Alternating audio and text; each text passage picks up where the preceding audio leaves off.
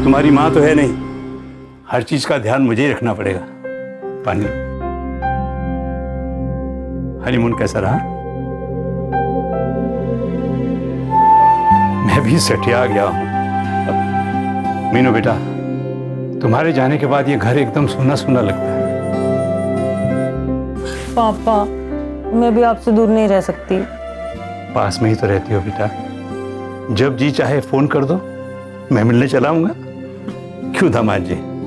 बिल्कुल सही पापा जी। इसी बात पर आज रात यहीं रुक जाइए। नहीं पापा जी, एक्चुअली क्या है ना, शादी हनीमून के चक्कर में 15 दिन से मेरा क्लिनिक बंद है। कल से काम शुरू करना बहुत ज़रूरी है। मुझे तो यहीं रहना है, पापा के पास। मीनू बेटा, एक बाप होने के नाते मैंने तुम्हारा हाथ दामाद जी के हाथ में दे दिया। अब तुम्हें हर फैसला दामाद जी के हिसाब से लेना है। क्यों दामाद जी? पापा जी, मीनू, ये घर तुम्हारा ही है, जब जी चाहे आ जाना। पर पापा जी, अभी हमें घर जाना होगा।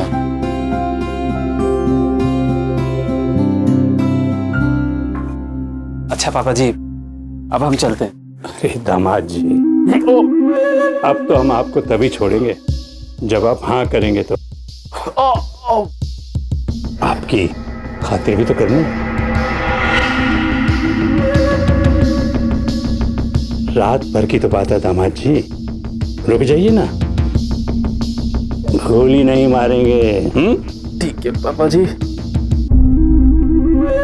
ठीक है बेटी। हाँ पापा।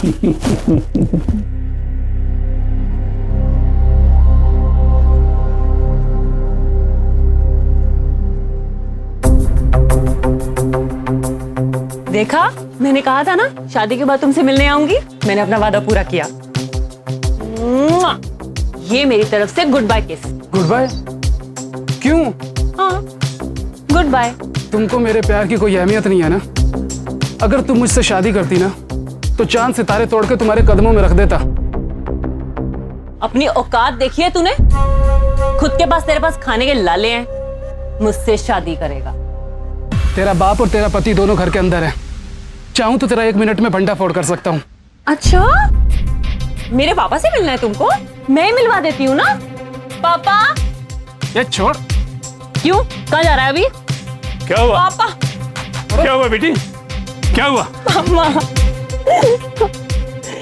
मैं यहाँ पर कपड़े सुखाने आई थी और ये पीछे से आके। ये झूठ बोल रही है, इसी ने मुझे यहाँ पे बुलाया है। भी बताता हूँ तुझे, शरीफ घराने की लड़की को बदनाम करने का अंजाम है। वो लड़का कौन था? था गली का एक लोफर, पहले भी कई बार मुझे तंग कर चुका है, पर तब मैंने कुछ नहीं कहा। आज तो उसने हद ही कर दी। तुम्हारी गलती नहीं, मैंने तुम हुई इतनी खूबसूरत, कोई भी तुम्हारी और खींचा चला आ सकता है। आप भी ना कैसी बातें करते हैं। हम लेट हो रहे हैं सोने में और आपने क्लिनिक भी जाना है। चलिए सो जाइए। Good night, love you. शादी जिंदगी की एक नई शुरुआत है। भरोसा इस रिश्ते को खूबसूरत बनाता है और धोखा इसे घिनौना। शादी के रिश्ते में एक दूसरे के इतिहास को कुरेदने या अपनी गलत चाहत के लिए किसी गुजरे हुए संबंध को साथ लेकर चलने का मतलब सिर्फ अपने ही जीवन साथी को धोखा नहीं, बल्कि अपराध को भी बुलावा देना है। ब्रिजेश मीनू के इतिहास से अनजान था। पति होने के नाते इस रिश्ते में मीनू को जो स्पेस और कंफर्ट मिलना चाहिए था, वो उसने दिया, लेकिन मीनू ने इसका ख्याल नहीं रखा।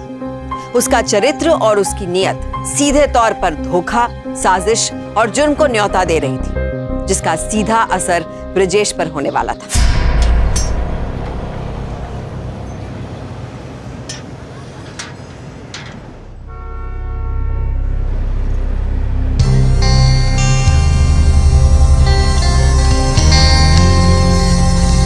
नमस्ते।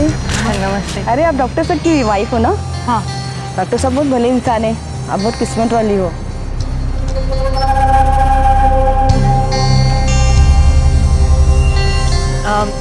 ये 1 किलो आम दे दीजिए। नमस्ते। नमस्ते।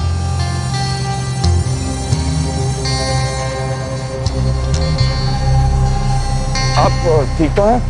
हाँ, मैं बिल्कुल ठीक हूँ। लाइए, मैं आपको घर छोड़ देता हूँ। अरे नहीं, हम कर लेंगे, हम बिल्कुल पास ही में रहते हैं। एक्सक्यूज मी, आप वो डॉक्टर साहब की वाइफ है ना? हाँ। वैसे डॉक्टर साहब बहुत लकी हैं कि उन्हें आपकी जैसी वाइफ मिली। वैसे मैंने आप जैसी खूबसूरत लड़की आज तक नहीं देखी। सब लोग यही कहते हैं। नहीं, सच कह रहा हूँ। और अगर किसी दिन मिल गई तो सबसे पहले आपको ही फोन करूंगा। ठीक है, हमें तुम्हारे फोन का इंतजार रहेगा। ओ हेलो, अरे नंबर तो दे जाओ, कॉल कैसे करूंगा? देखो, इंतजार करूंगा पूरी रात बालकनी में तुम्हारा, जब तक नंबर नहीं दोगी।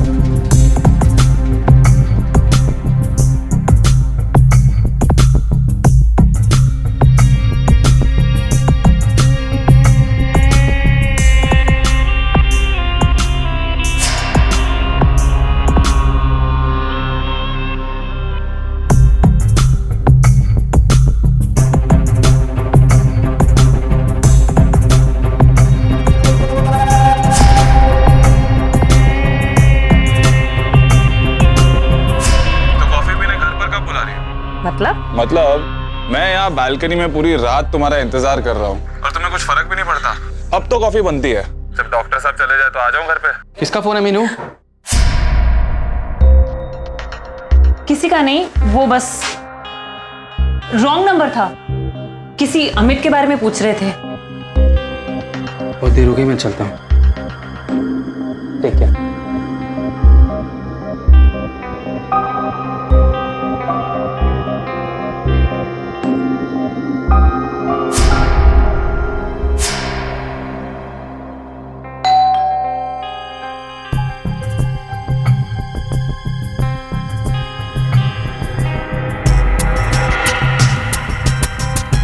तुम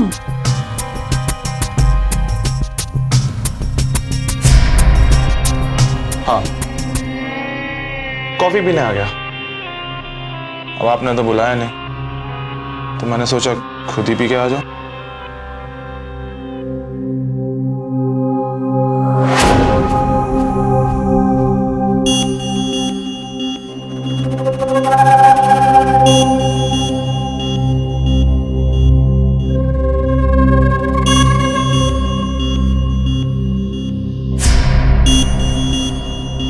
ओह नो, शायद फोन घर पे भूल गया।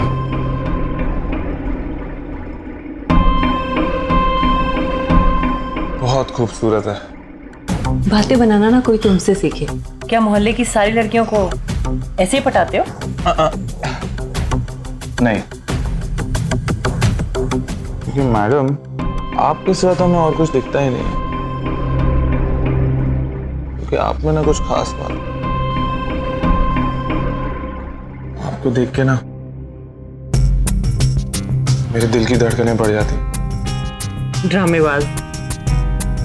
यकीन नहीं आ रहा ना आपको मुझको?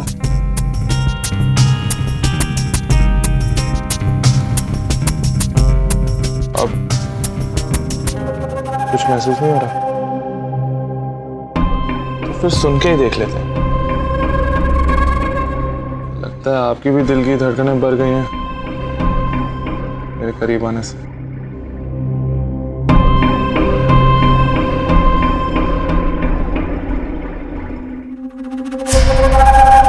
अरे मीनू, मेरा फोन ही।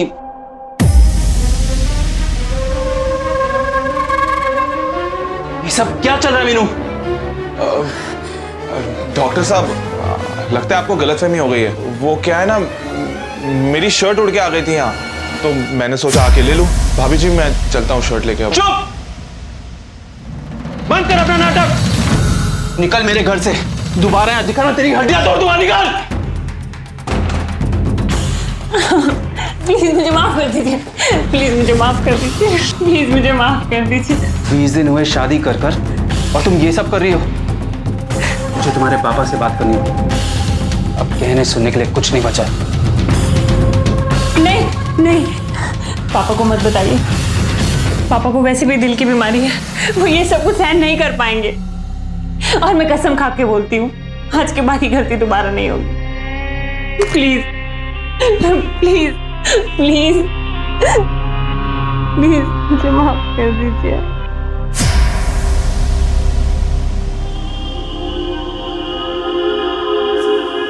दोबारा ये हरकत मत करना।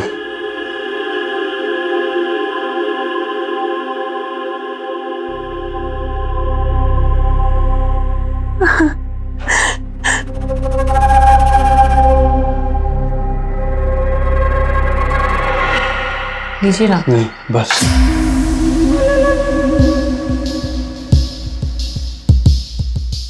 अरे बाबूजी आप आजकल शिकायतें बहुत आ रही हैं दामाद जी। पापा, अच्छा हुआ आप आ गए पापा। क्या हुआ बेटी? पापा खुलकर बताओ।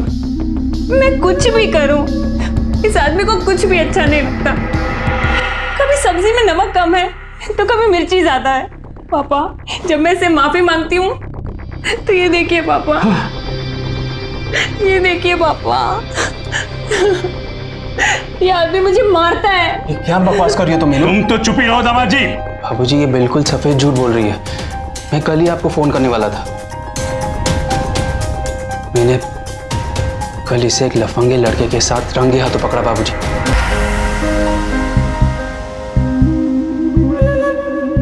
तुम्हारी हिम्मत कैसे हुई मेरी बेटी पर इतना घटिया इल्जाम लगाने की? इकलौती बेटी है मेरी, जान बसती है उसमें मेरी। तुमने उस पर हाथ कैसे उठाया? हाँ,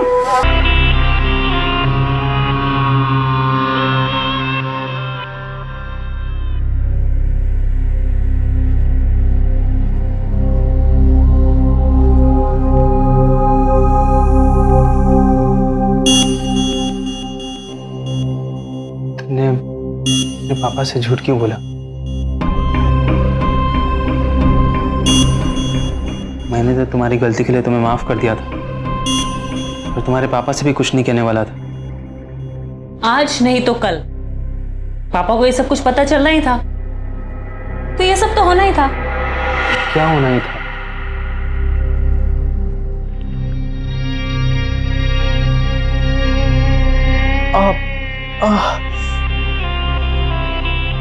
ये जो तेरी तुड़ाई हुई है ना आज तेरे ही घर पर, ये होनी जरूरी थी। क्योंकि हमारे रिश्ते में तुझे तेरी औकात पता चलनी बहुत जरूरी थी। और वैसे भी मुझे तो मेरी जिंदगी मेरे मुताबिक जीने की आदत है, बिना किसी रोक टोक के। जैसे मैं अपने पापा के घर में रहती आई हूं, वैसे ही यहां भी रहूंगी। तो किसी भी चीज में उंगली मत करना। मैं तुम्हारी धमकियों से डरता नहीं, समझी तुम?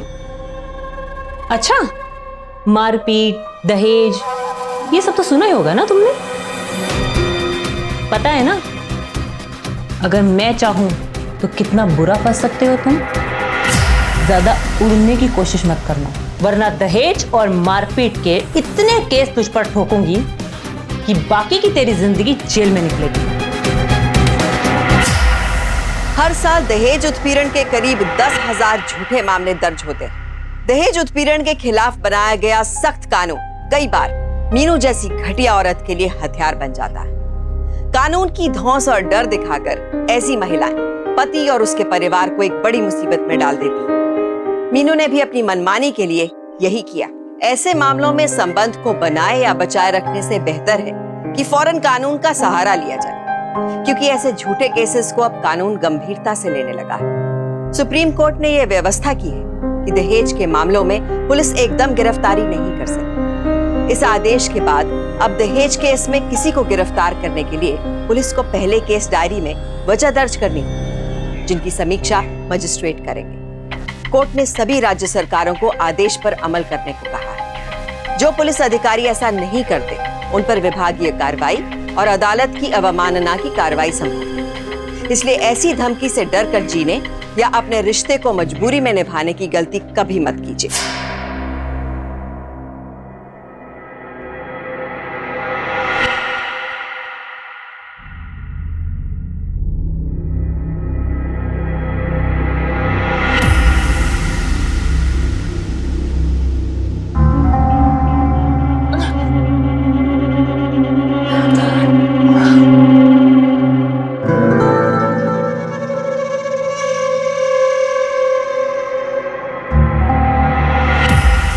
सब एक प्रेगनेंसी किट देना। ओ हेलो, एक्सक्यूज मी, कहाँ?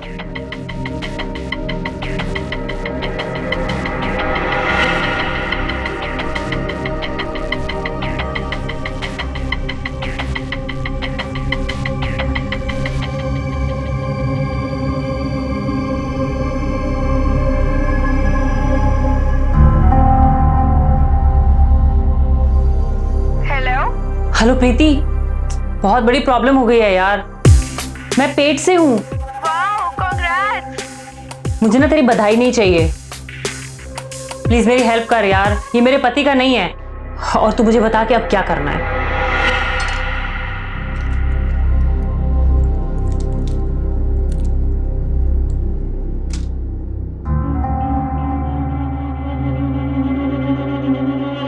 सुनो, तुम्हें अगर खाना खाना है तो अपना खाना खुद बना लो। मुझसे ये सब कुछ काम नहीं होता।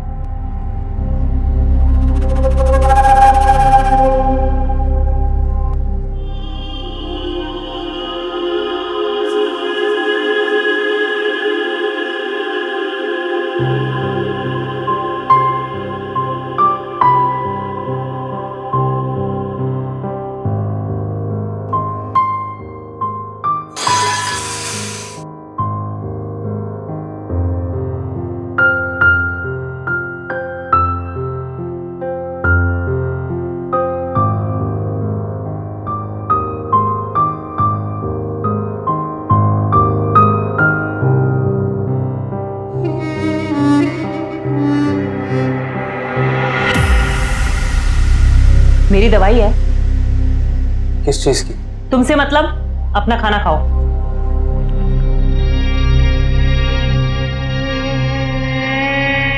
हाय मेरा बच्चा, मुझे मिस कर रहा है।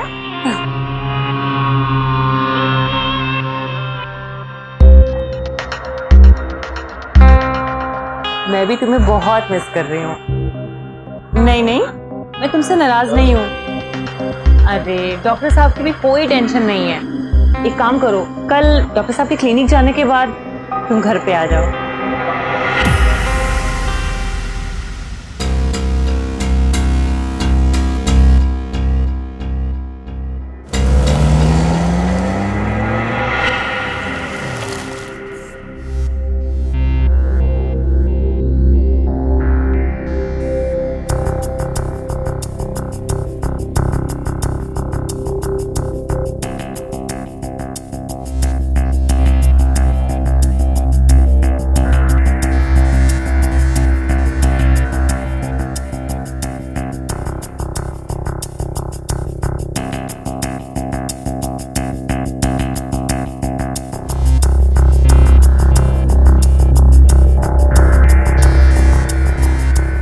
हेलो पापा, आप जल्दी अभी के अभी घर आ जाइए।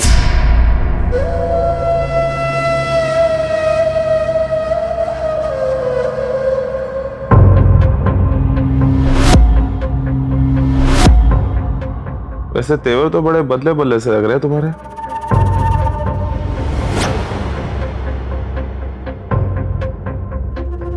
अभी तुमने मेरे तेवर देखे ही कहाँ हैं? अच्छा, दिखा।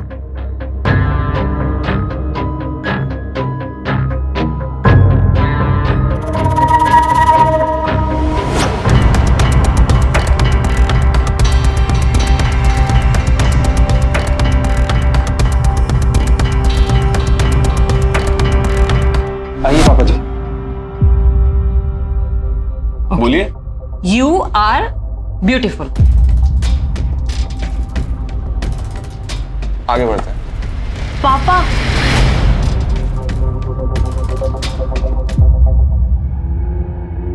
हे, ये कौन? पापा ये विकास सर हैं। नमस्ते अंकल। पापा वो इतने बड़े डॉक्टर की बीवी हूँ, बड़े बड़े लोगों में उठना बैठना है मेरा, इसलिए इनसे मैं अंग्रेजी सीख रही थी।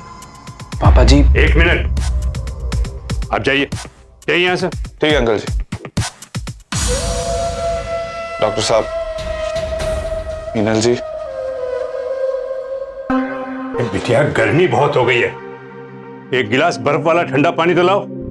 जी पापा। पापा जी मेरी बात समझने की कोशिश कीजिए। पिछली बार के सबक से कुछ सीखा नहीं है तुमने? अरे पापा जी, अब समझने की कोशिश तो कीजिए। तुम मेरी बेटी से छुटकारा पाना चाहते हो, इसीलिए घटिया इल्जाम लगा रहे हो। इन बातों से कुछ नहीं होने वाला।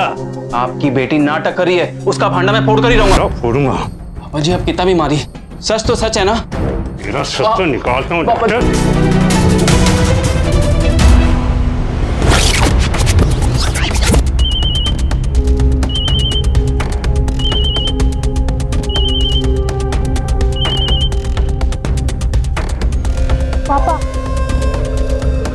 हेलो। अरे बेटी, ये दामाद जी क्या बोल रहे हैं? घर आओ, रंगे हाथ पकड़ लो। क्या है सब? पापा अगर ऐसी बात है तो आप खुद ही आके देख लो ना। ठीक है, आता हूँ मैं। ओके पापा।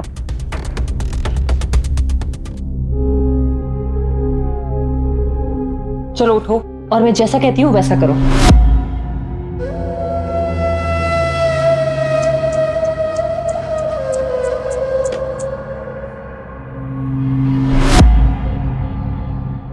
हेलो विकास।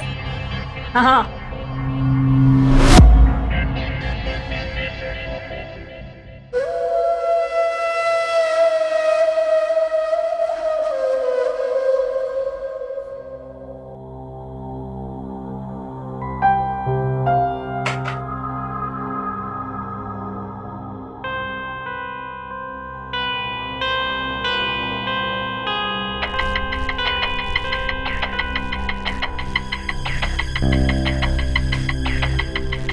क्या चाहती हो तुम मुझसे?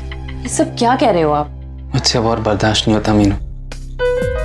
क्या क्या बर्दाश्त नहीं होगा? अगर तुम मुझसे खुश नहीं हो मीनू तो छोड़ दो ना मुझे। किसने कहा मैं आपसे खुश नहीं हूं? इतना बड़ा डॉक्टर है मेरा पति, इतना प्यारा घर है मेरा, और कल तो मेरे नाम का क्लिनिक भी खुलने वाला है।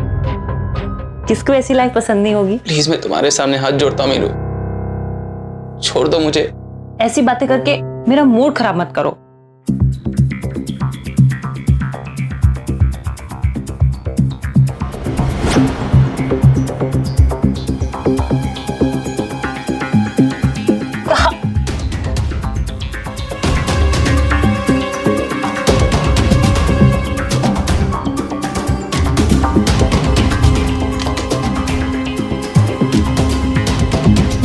एक गोली से तो काम नहीं हुआ, सारी खा लेती हूँ।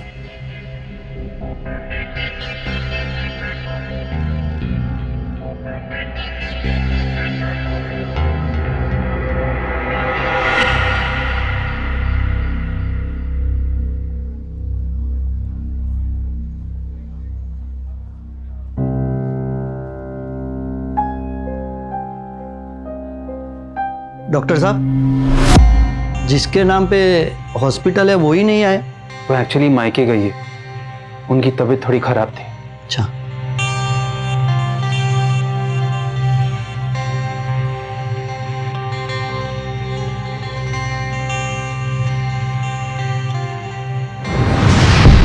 ब्रिजेश,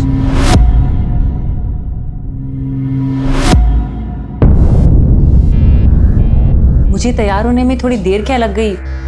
अब तो मुझे छोड़कर ही आ गए। बहन जी आप ही रिबन काटिए।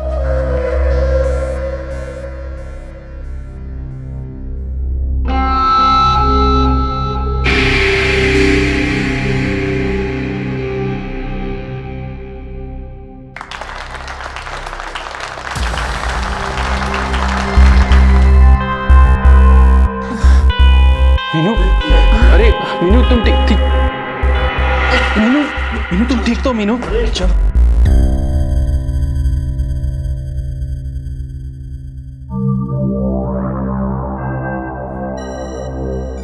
मीनू, क्या है ये? हमारी शादी को 1 महीना हुआ है और तुम 3 महीने से प्रेग्नेंट हो। कितनी गिर सकती हो तुम मीनू? जरा सी भी शर्म नहीं है तुम्हें?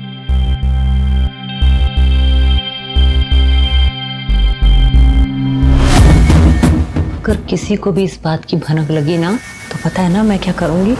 इसलिए चुपचाप से जो करना है वो कर, मुझे ज्यादा लेक्चर मत दे, वरना सारी उम्र जेल में कटेगी थी। मीनू,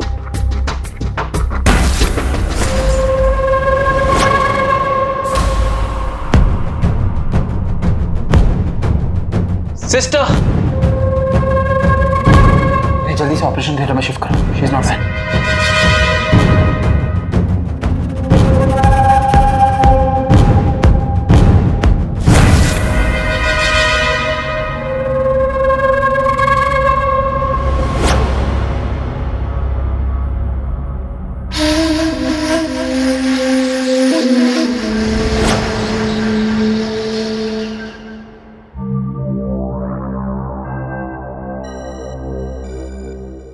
कि हमारे रिश्ते में तुझे तेरी औकात पता चलनी बहुत जरूरी है। उड़ने की कोशिश मत करना, वरना दहेज और मारपीट के इतने केस तुझ पर ठोकूंगी कि बाकी की तेरी जिंदगी जेल में निकलेगी।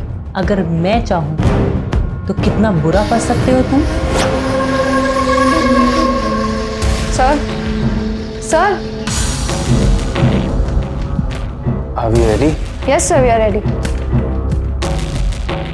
Okay.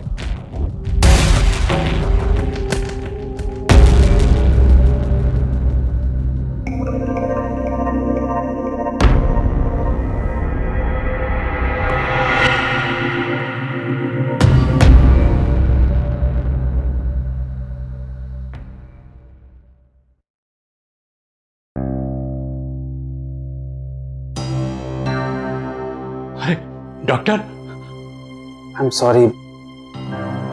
मैं दोनों में से सिर्फ एक ही को बचा पाया। कमीने, मुझे पता था तू मेरी बच्ची को निकल जाएगा। मैं तुझे कि बेटी जिंदा है। क्या? हे भगवान, तेरा लाख लाख शुक्र, लाख लाख शुक्र, लाख लाख शुक्र तेरा, लाख लाख शुक्र। मुझे आज आपकी बेटी की वजह से मुझे एक मासूम बच्चे को मारना पड़ा। डॉक्टर जिंदगी देता है, जिंदगी लेता नहीं। आज सिर्फ आपकी बेटी की वजह से मैं अपनी नजरों में गिर गया हूँ। अरे तो कौन सा तूफान आ गया डॉक्टर? वो तेरा थोड़ा ही था जो तू इतना भावुक हो रहा है। पापा जी, आपको ये सब मालूम था? तो तू क्या समझता है मैंने ऐसी आपाधापी में तुम्हारी शादी की है? प्रेग्नेंट थी मेरी बेटी, इसीलिए जल्दी में शादी करनी पड़ी। आप मुझे इतना बड़ा धोखा कैसे दे सकते हैं पापा जी? अरे डॉक्टर बाबू, मैं तो कहता हूँ तुम और मीनू दोनों खुशी खुशी रहो, समझे? समझदार तो तू हुई। मैं जरा मीनू से मिलकर आता हूँ। क्या शादी के पहले परिवार के बैकग्राउंड की पड़ताल नहीं होनी चाहिए? क्या इस बात की जांच परख गलत है कि हम किस परिवार से जिंदगी भर का रिश्ता जोड़ रहे हैं? मीनू का गिरा हुआ चरित्र और उसके बाप का ये चौंकाने वाला शर्मनाक चेहरा तो धीरे धीरे सामने आया। पर ब्रिजेश ने अगर शादी में जल्दबाजी ना की होती तो शायद वो इस भंवर में नहीं फंसता। शादी के रिश्ते में परिवार को ठीक से जानना इसलिए जरूरी है क्योंकि ऐसी पड़ताल में मीनू के पिता जैसे घटिया और क्रिमिनल माइंडेड लोग छट जाते हैं। वरना बाप बेटी का ऐसा शर्मनाक रिश्ता, दिखावे का झूठा प्यार और धोखा ब्रजेश जैसे पढ़े लिखे नौजवान को अपना शिकार बना सकता है।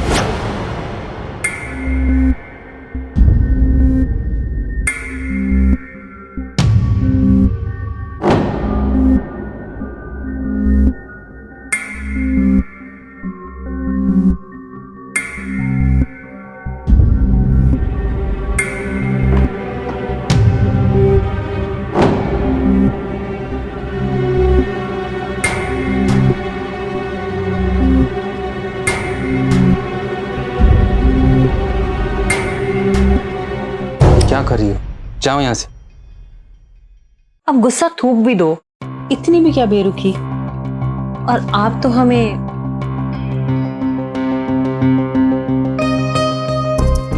पास ही नहीं आने देते। चाय तो पी लीजिए। जहर नहीं डाला है उसमें, और हाँ, जहर मिलाने की नौबत आएगी भी ना तो मैं अपनी चाय में मिलाऊंगी, वो भी चुटकी भर, ताकि मेरी थोड़ी सी तबीयत खराब हो जाए और मैं हॉस्पिटल चली जाऊं। और वहां जब पुलिस आएगी तो बाकी सब कुछ तो मेरे पापा संभाल लेंगे। फालतू बातें मत करो।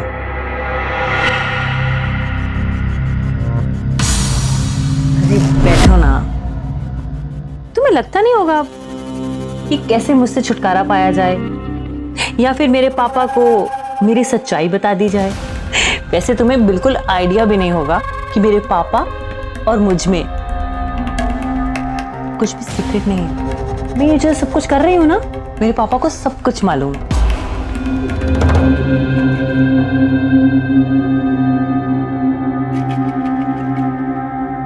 दुनिया की नजरों में हम भले एक छत के नीचे रहते और पति पत्नी है, लेकिन तुम मेरे लिए एक बुरे सपने के अलावा कुछ भी नहीं हो।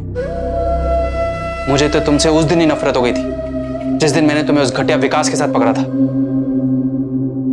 रही बात तुम्हारे पापा की, ना मैं उनसे डरता हूं ना मैं उनकी मार से, समझी?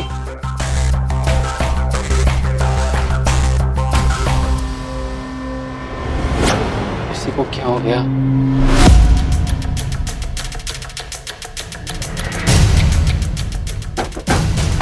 अरे अरे, क्या कर रहे हो दामाद जी?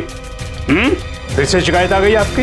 अरे क्यों पिटने वाले काम कर रहे हैं आप? देखिए, मैंने आपकी बेटी को हाथ भी नहीं लगाया। यही तो कंप्लेंट है। तुम मेरी बेटी को एक पति का सुख नहीं दे रहे हो, दूर दूर रहते हो उससे। मेरी बेटी तो ये भी कह रही थी कि तुम मुझसे छुटकारा पाना चाहते हो। इतना पिटने के बाद भी? आप मुझे मारकर कुछ मनवा नहीं सकते। आपको जितना मारना है आप मारिए मुझे, पर अब मैं आपसे डरता नहीं। हाँ, और एक और बात है, आपकी बेटी को यहाँ रहना है तो रहे, लेकिन अब मेरा उससे कोई वास्ता नहीं।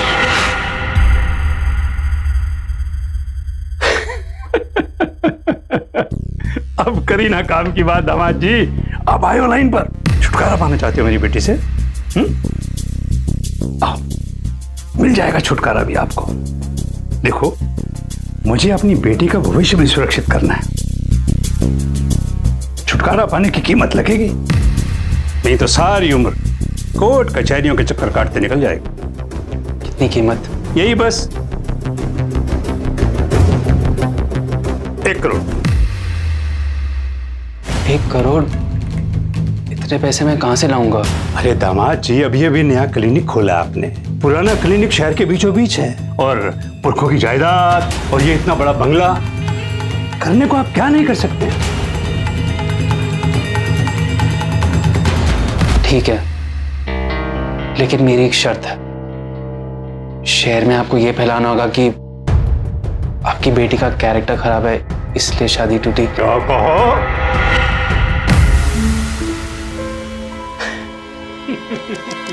दामाद जी, हो जाएगा। आप बस पैसों का इंतजाम करो, बाकी हम देख लेंगे।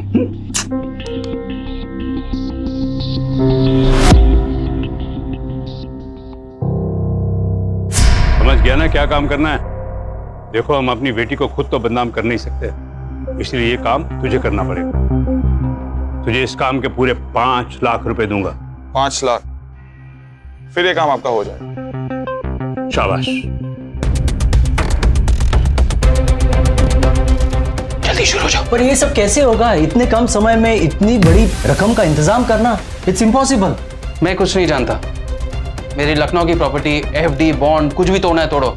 मुझे कैसे भी कर 3 करोड़ रुपए चाहिए। ठीक है सर। ओके।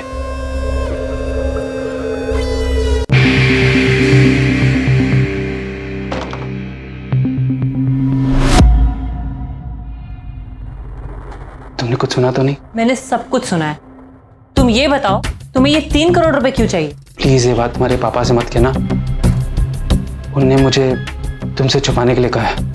कौन सी बात? यही 3 करोड़ वाली बात। 3 करोड़? पर बात तो 1 करोड़ की हुई थी ना? देखो, तुमसे उन्होंने 1 करोड़ की बात ही की है, लेकिन मेरे और उनके बीच मामला 3 करोड़ में सेटल हुआ है। 3 करोड़?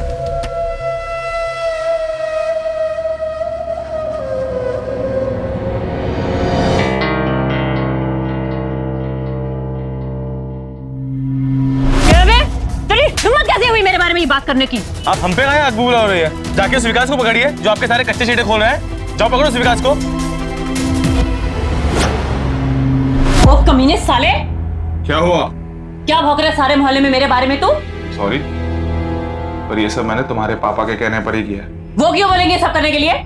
वो सब मैं नहीं जानता, मैं बस इतना जानता हूँ ये सब करने के लिए उन्होंने मुझे 5 लाख रुपए देने का वादा किया। 5 लाख? बुड्ढा साला मुझे झूठ बोलता है। मुझे 1 करोड़ रुपए बता के डॉक्टर साहब से 3 करोड़ रुपए ले रहा है। 3 करोड़? साला कंजूस बुड्ढा, खुद 3 करोड़ की मलाई खा रहा है और मेरे लिए सिर्फ बचा हुआ झूठा। बुड्ढा साला चाहता क्या है? लाइफ कितनी बची है बुड्ढे के पास? क्यों ना हम लोग उसे रास्ते से हटाकर इन 3 करोड़ से अपनी लाइफ बनाए, बस तुम और मैं। वो क्या कहते हैं इंग्लिश में? Happily ever after.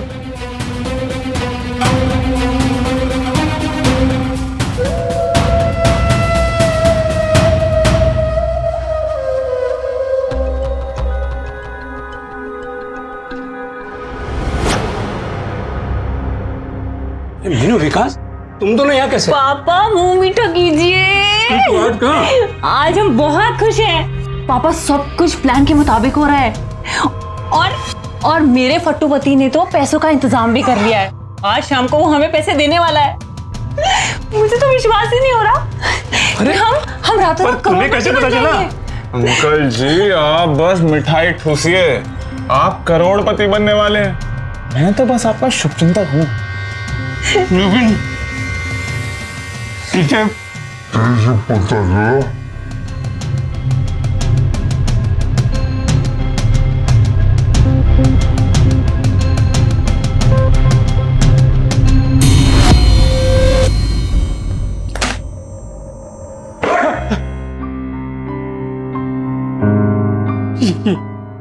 ये सब क्या हो रहा है? बापू तुम्हारा, खोलो खोलो मुझे, खोलो। तू बाप नहीं सांप है, जिसने मेरे डिवोर्स के लिए 1 करोड़ की जगह 3 करोड़ रुपए हजम करने का प्लान बनाया। तो झूठ है ये। 1 करोड़ की बात हुई थी, 3 करोड़ की कोई बात नहीं हुई। गलतफहमी है तुम्हें। मुझे कोई गलतफहमी नहीं है बुड्ढे। और हाँ, एक कमाल की कहानी भी मिली है मुझे कि एक बाप को अपनी बेटी के काले कर्मों का पता चला, लेकिन वो समाज के तानों को सह नहीं सका, इसलिए उसने सुसाइड कर लिया। अब बहुत देर हो चुकी है, आपकी तो अंतिम यात्रा का टिकट भी कट गया। आपकी याद में ना 13वां बड़ा शानदार रखेंगे, वो भी उन्हीं पैसों से जो लल्लू डॉक्टर हमें लाके देगा। ये लड़का तुझे बरगला रहा है। 3 करोड़ की कोई बात नहीं हुई, समझने की कोशिश करो।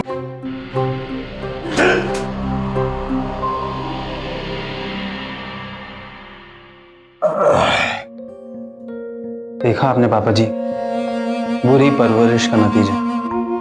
आप और आपकी बेटी के रिश्ते की बुनियाद सिर्फ लालच पर टिकी हुई, और आज इस कमजोर बुनियाद के रिश्ते का खुलासा हो गया। आप बबूल सींचेंगे तो आम की उम्मीद कैसे कर सकते हैं? आपने अपनी बेटी को जो संस्कार दिए, आज उसी संस्कार की वजह से आपकी जान लेने जा रही।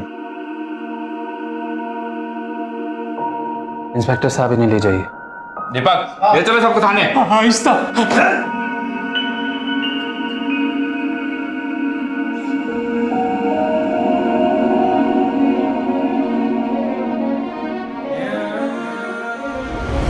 अपराधी हर रिश्ते को मौके की तरह इस्तेमाल करता है। मीनू के बाप ने रुपए के लिए अपनी बेटी के रिश्ते में मौका तलाशा। बेटी ने पत्नी के रिश्ते में। ये खोखला संबंध इस हद तक गिरा कि बेटी ने अपने बाप को ही जान से मारने की साजिश रच दी। संबंधों के बीच में सही संस्कार, आपसी भरोसा और एक दूसरे का सम्मान जरूरी है, नहीं तो मीनू और उसके पिता का सबक आपके सामने है। गलत सीख रिश्तों को बदसूरत भी बनाती है और उन्हें कानून का मुजरिम। तारीफ करनी होगी ब्रिजेश की, जिसने अपनी होशियारी और कानून की मदद से ऐसे अपराधियों को जेल में पहुंचाया जो कानून को ही जुर्म का हथियार बना रहे थे। दहेज उत्पीड़न के खिलाफ धारा 498A एक कॉग्नाइजेबल यानी संज्ञेय और गैर जमानती अपराध है। इसका मकसद महिलाओं के खिलाफ हो रहे अपराध को रोकना है, पर बीते कुछ सालों से इस कानून का गलत इस्तेमाल भी हो रहा है। एनसीआरबी के आंकड़े बताते हैं कि साल 2012 में धारा 498A के तहत करीब 2 लाख आरोपी गिरफ्तार किए गए। इनमें से 1/4 यानी करीब 50,000 आरोपी महिलाएं थी। ऐसे मामलों में कन्विक्शन रेट भी कम है। इसलिए सुप्रीम कोर्ट ने यह साफ कर दिया है कि इसका गलत इस्तेमाल नहीं होना चाहिए। ब्लैकमेलिंग एक संगीन अपराध है। कानून का डर दिखाकर ब्रिजेश को जुर्म के इस जाल में फंसाया गया। इसलिए कानून का गलत इस्तेमाल करने वालों के खिलाफ खड़ा होना जरूरी है। ऐसे रिश्ते को बचाने या बनाए रखने की कोशिश कभी मत कीजिए जो धोखे और जुर्म से बंधा है, क्योंकि सावधानी आपकी, सुरक्षा अपनों की।